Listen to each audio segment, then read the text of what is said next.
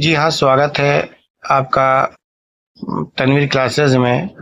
आज हम बिहार बोर्ड के एग्ज़ाम जो होंगे 2025-26 सेशन के लिए, उसके सिलेबस के बारे में डिस्कस कर रहे हैं कि कौन सा महीना में कौन सा लेसन पढ़ाना है, अप्रैल में क्या पढ़ाना है, मई में क्या पढ़ाना है, साथ ही साथ अप्रैल में कैसे पढ़ेंगे और टॉपर बनने के लिए क्या करना पड़ेगा, किस तरह से तैयारी करेंगे कि 400 प्लस नंबर आए। तो वीडियो में बस देर नहीं कीजिएगा। वीडियो को शुरू करने से पहले आपको बता दें कि चैनल पर नए हैं तो सब्सक्राइब कीजिए और बेल आइकन को दबाना नहीं भूलिएगा। बेल आइकन को दबाना नहीं भूलिएगा। साथ ही साथ आपको हर सब्जेक्ट का सिलेबस, चाहे वो हिंदी हो, मैथ हो, साइंस हो, सोशल साइंस हो, उर्दू हो, इंग्लिश हो, सभी का बताना चाहते हैं।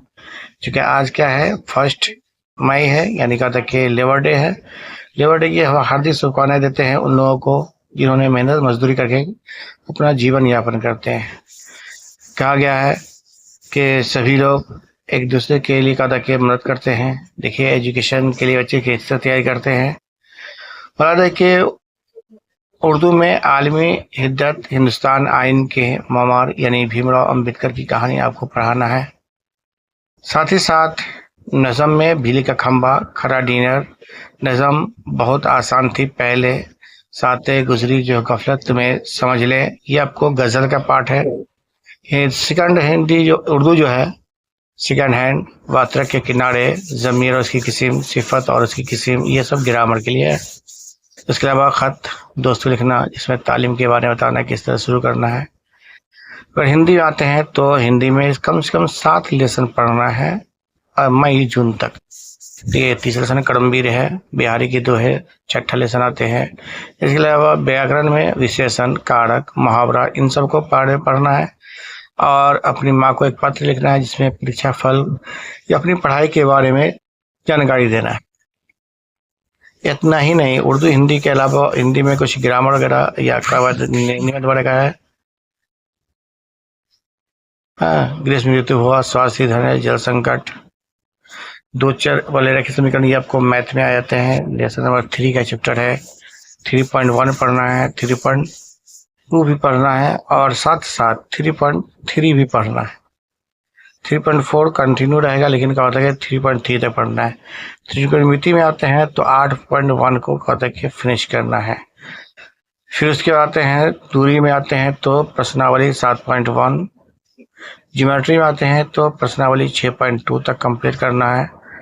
उसके अलावा रचना में आ जाते हैं तो 11.1 जो है उसको कंप्लीट करना है, जिसमें 7 क्वेश्चन है।